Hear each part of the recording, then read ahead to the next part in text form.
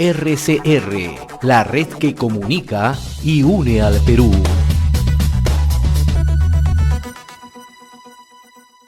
A esta hora queremos saludar y le agradecemos la amabilidad que tiene con RCR, Red de Comunicación Regional, al señor Milton Monjes, director de Evidencia Consultora, en su momento ha sido ministro de Estado. Qué gusto saludarlo, muy amable como siempre. Muy buenos días, José, un placer como siempre. Bien, usted acaba de participar en el certamen Rumbo a Perumín, y uno de los temas abordados en el que usted ha formado parte como ponente ha sido el tema canon y regalía, ¿no? Que además es un tema vigente, ¿no? Sobre todo que ahora se habla de esta crisis económica, de la exclusión a los sectores en pobreza y pobreza extrema, ¿no? ¿Qué viene ocurriendo exactamente en el Perú? Las regiones han recibido aportes significativos, aportes importantes tanto por canon y regalías. Sin embargo, esto no han sido invertidos por las autoridades subnacionales, no se traduce justamente en hechos tangibles, ¿no? ¿Qué es lo que está ocurriendo realmente y la información que falta a la opinión pública? A ver, yo creo que en primer lugar vale la pena destacar que gracias al desarrollo de la actividad minera y a la extracción de recursos naturales, porque también podemos poner los hidrocarburos, Perú ha tenido como consecuencia de esas actividades ingentes recursos para invertir en desarrollo. Recordemos que las utilidades de las empresas pagan un impuesto a la renta y la mitad de ese impuesto a la renta se devuelve a las regiones para que hagan inversiones, principalmente inversiones. Y es así que desde la década del 2000 en adelante, ha habido años en los que incluso se ha transferido a los gobiernos subnacionales casi 20.000 millones de soles. Esto ha generado que los gobiernos subnacionales, los distritales, los provinciales y los regionales puedan invertir en bienestar de la población. Es decir, se han hecho carreteras, caminos, proyectos de agua y saneamiento, de salud, de educación, pero también se han hecho cosas menos productivas. Se han hecho estas piscinas temperadas, olímpicas, se han hecho estadios de fútbol, se han hecho plazas de toros, se han hecho centros comunales, palacios municipales, iglesias, etcétera. Sumando y restando, el aporte del canon ha sido positivo porque sí hemos visto que en las regiones, en las provincias y en los distritos han mejorado el nivel de bienestar y se ha disminuido la pobreza. Sin embargo, en la medida en que los gobiernos subnacionales han sido más estrictos en gastar ese dinero y más transparentes, los impactos han sido mayor. Y cuando los gobiernos subnacionales no han sido lo diligentes que deberían haber sido, los impactos han sido mucho menores. Ahora, ahí tenemos un tema, ¿no? ¿Qué significa ello? Que los recursos no tienen una mirada territorial, no tienen una focalización donde deberían estar. Así es, ese es uno de los problemas. Un primer problema es que no hay una mirada de desarrollo territorial. Es decir, yo no sé cuál es la imagen que yo tengo, a la que tengo que llegar en 10 años o en 5 años, y por lo tanto yo debería tener una cartera de proyectos que me lleve a mi territorio a esa imagen. Lo que está pasando es que los proyectos se van aprobando sin planificación, sin un criterio lógico, sino más bien por orden de llegada. Hoy día al alcalde se le ocurre hacer un palacio municipal, hace el palacio municipal. Mañana se le ocurre modificar la plaza, modifica la plaza. Luego se le ocurre poner agua y saneamiento, pone el agua y saneamiento. Pero la suma de todos los proyectos no te llevan a una visión de desarrollo. Ese es por un lado. Pero en segundo lugar, y también más importante, es que el gobierno provincial no está coordinado con sus gobiernos distritales, pero tampoco con el gobierno regional. Recordemos que con la descentralización, el principal motivo para crear a los gobiernos regionales era para tener esta mirada de desarrollo territorial. Pero los proyectos Primero, que no existe una visión de desarrollo territorial, ni siquiera desde los gobiernos regionales. Y en segundo lugar, los proyectos no se articulan entre estos tres niveles de desarrollo de gobierno subnacional. Entonces, no solamente no hay planificación, sino es inexistente la coordinación entre distintos niveles de gobierno. ¿Qué es lo que ha ocurrido, señor Bronjes? Porque siempre se ha puesto la mirada justamente en los gobiernos subnacionales para apoyarlo con equipos técnicos, equipos profesionales, ¿no? Y esto creo que era una muy buena intención, ¿no? Pero eso no se llegó a cristalizar. Usted ha puesto un ejemplo bastante sustancial, ¿no? Hay localidades donde no se da una mirada territorial. Les voy a poner un ejemplo como casuística para quienes nos están sintonizando en otro punto del país puedan entenderlo. El caso de Charati, usted lo conoce, ¿no? En el Cusco, en la provincia de la Convención. Charati, ¿no? Sí. Recibía canon o regalías diarias por más de 1 millón de soles por día, ¿no? Así es. Y cuando uno llega a esa jurisdicción, quienes conocemos ve un palacet, ¿no? Un palacio municipal que no era necesario. Yo recuerdo haber conversado en algún momento con uno de los alcaldes, 4 de ellos están procesados hasta el momento, con uno de ellos conversé y me dijo que era prioritario porque querían tener un centro municipal muy parecido a la sede del banco, de uno de los bancos en Lima, ¿no? No era prioritario. Le pregunté, ¿y por qué no se trabaja en centros tecnológicos, centros de apoyo, desarrollo de la agricultura, ¿no? Productos que ustedes pueden desarrollar para una agroindustria floreciente. Me dijo, no, porque la población reclama eso, ¿no? Entonces, la gran pregunta que uno se hace, el acompañamiento. ¿Dónde falla el acompañamiento a los gobiernos subnacionales? Para luego entrar al tema de la corrupción, que es el otro tema, pero en el acompañamiento que pueda ser más eficaz el gasto. Sí, efectivamente. Yo creo que incluso va antes que el acompañamiento. El primer problema es que nosotros emprendimos como país a partir del 2002 un proceso de descentralización, para llamarlo de alguna manera, a la loca. Lo que hicimos es las estructuras administrativas que teníamos desde el gobierno nacional se le transfirieron a los gobiernos regionales y no se puso ninguna mirada a los gobiernos municipales, de forma que se crearon unos gobiernos regionales con una mirada de espejo del gobierno nacional, es decir, los gobiernos regionales tenían una estructura de ser implementador, de ser un apéndice de los ministerios de Lima, y no más bien una mirada horizontal de territorio y articularse de esa manera.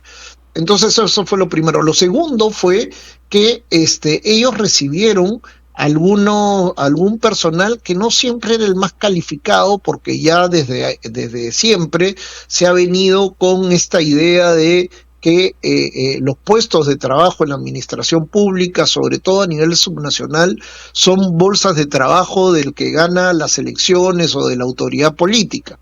Entonces no siempre hemos tenido el personal necesario para poder emprender tareas complejas como son administrar presupuestos enormes, ¿no? Yo he hecho unos cálculos y hay gobiernos subnacionales que han recibido 800,000 soles por persona en un lapso de 7, 8 años, o sea, en una cantidad enorme de recursos. Y el tercer problema es que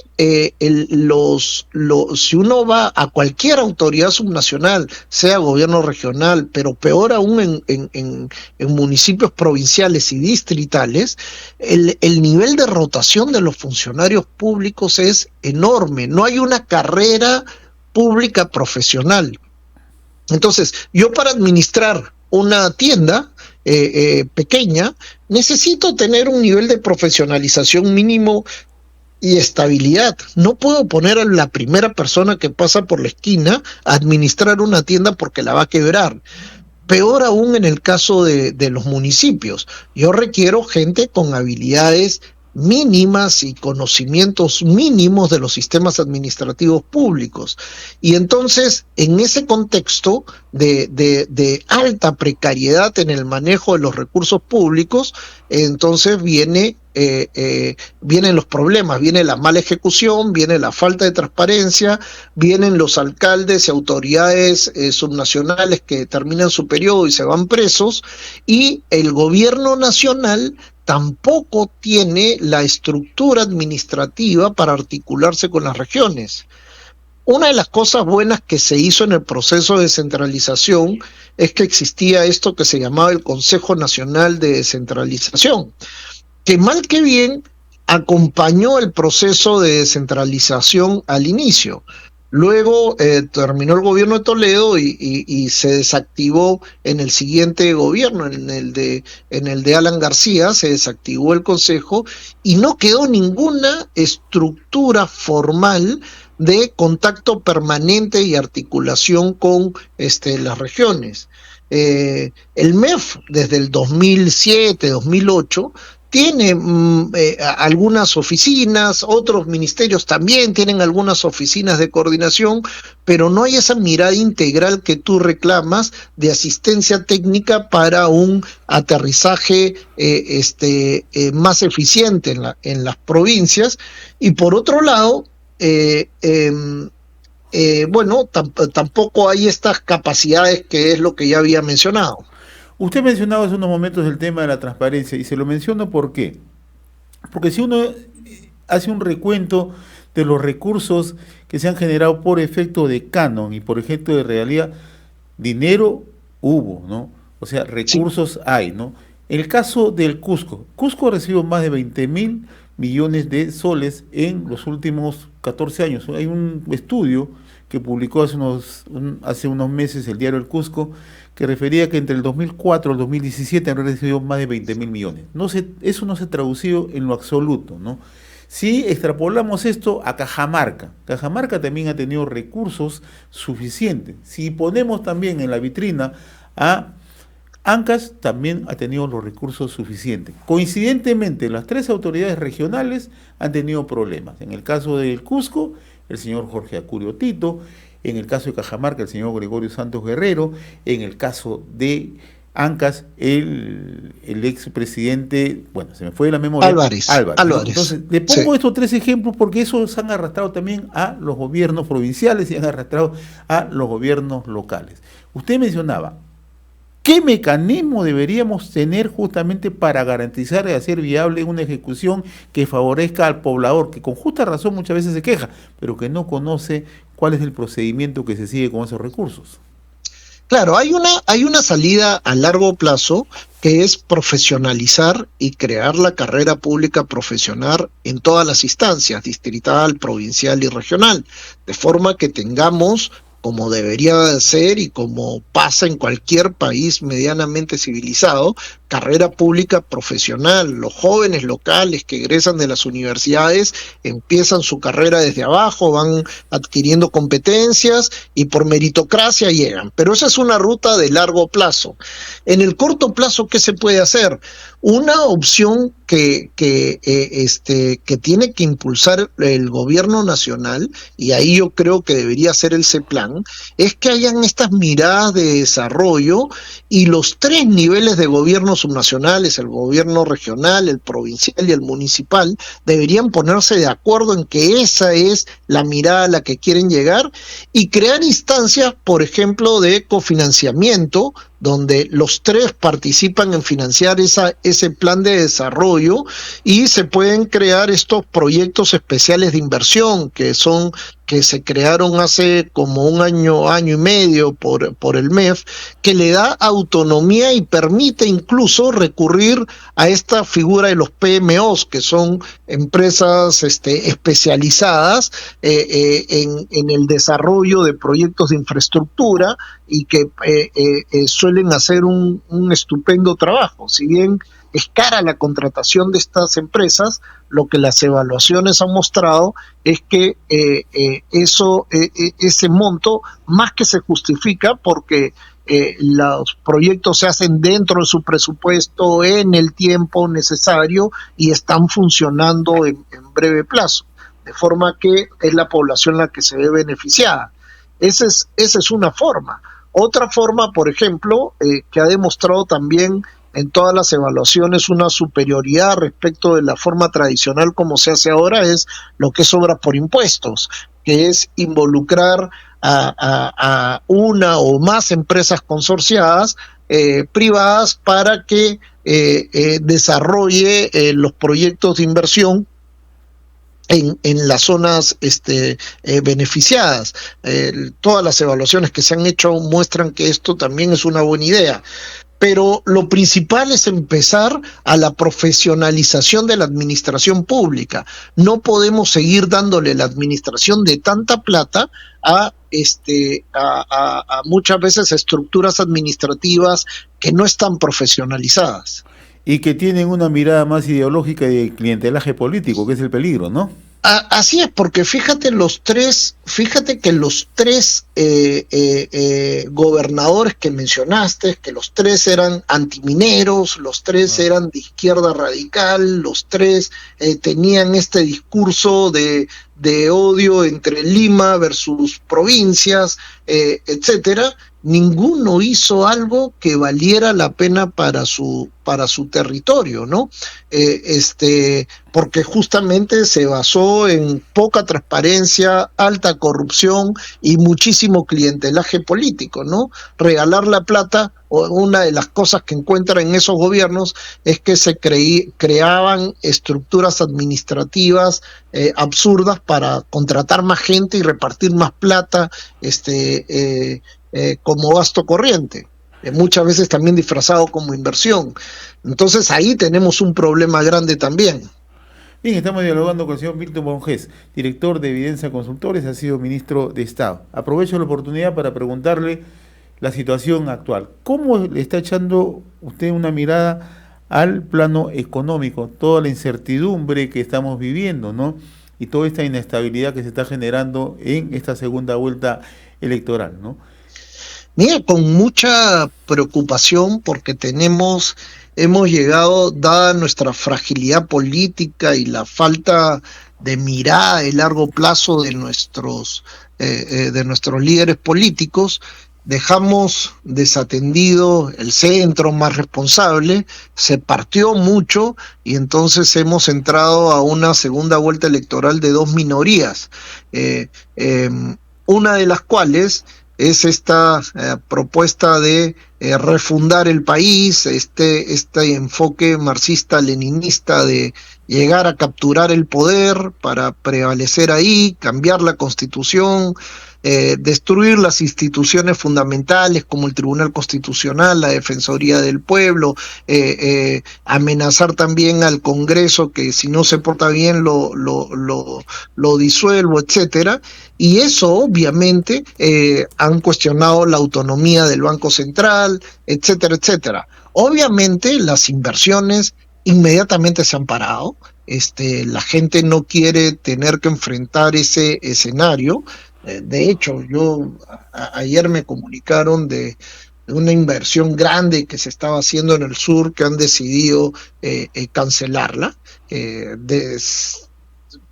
porque sí, los pequeños, los hogares mismos, todos los días alguien te pregunta, oye, ¿qué hago con mi plata? ¿La dejo en soles o me cambio a dólares? Oye, ¿a qué país me puedo ir? Etcétera, ¿no?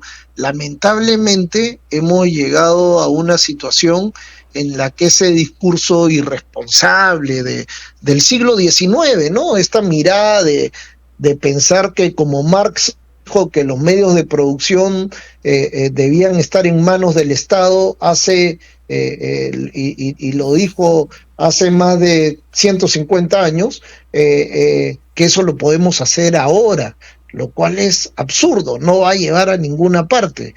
Y vamos a generar una crisis que va a durar 20 años. pero bueno, es el soberano el que decide, ¿no? Pero estamos en medio de una situación bastante delicada, ¿no? Yo le agradezco, señor Mito Monjes, la amabilidad que ha tenido con RCR, Red de Comunicación Regional. Siempre es un gusto conversar con usted, muy gentil. No, muchas gracias a ti, José. RCR, la red que comunica y une al Perú.